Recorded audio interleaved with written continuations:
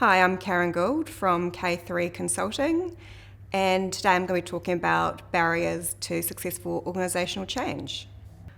When we speak with organisations and ask them about their change, we ask them to describe their vision, and they're largely or broadly able to articulate it. But we also ask them to describe what will the difference be? What will it look like when the change has been enabled?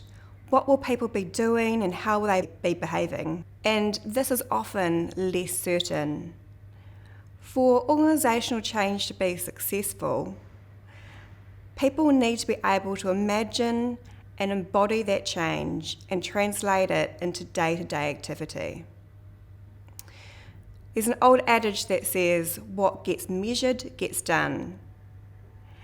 And it's similar with organisational change success. What people are able to make tangible, they're able to achieve. Firstly, it means looking at their goals and the goals of their team to make sure they don't either unintentionally or overtly undermine the change. But then they have to look at their behaviours. They have to start acting now like the change will require. They can't wait for the change, but they have to preempt it. And this creates a safe environment for others to follow, enables those early adapters to get involved. Change is also about overall alignment. So we see organisations focus on just one aspect of a change. So for example, structure and roles and how they interrelate. But actually, there's a number of contexts and interdependencies that happen when change is in place. If you pull one lever, you adjust another. So we have to look at everything in its context. That structure, governance, process, customer experience, leadership, culture, etc. We need to look at each aspect as one total vision. In terms of communication, we often hear, no communication is too much.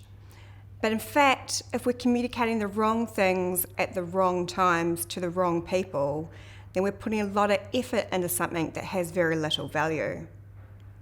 In order for organisations to successfully communicate during change, they need to map out what are the messages we want to give, who do we want to give them, and what method do we want to use to actually give them in.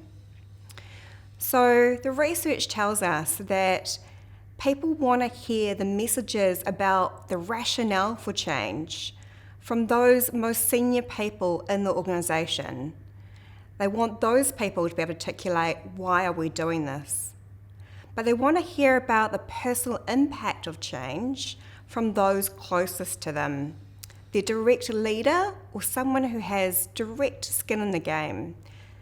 So we can't just have one strategy that fits all. We've got to carefully plan who, what, when and where. It's important that leaders are capable and confident in any change. And so what I recommend that they do is they make sure they speak to people who have been there and done that. Use their networks and don't be afraid to ask questions about other people's experiences. The most effective thing a leader can do is soundboard. What does this sound like? How does this look and feel? And ask for advice. There's a whole range of networks available to seek that kind of advice. A change that isn't successful can have a huge impact on employees, on customers, and on the success of the organisation overall. You only get one chance to get it right.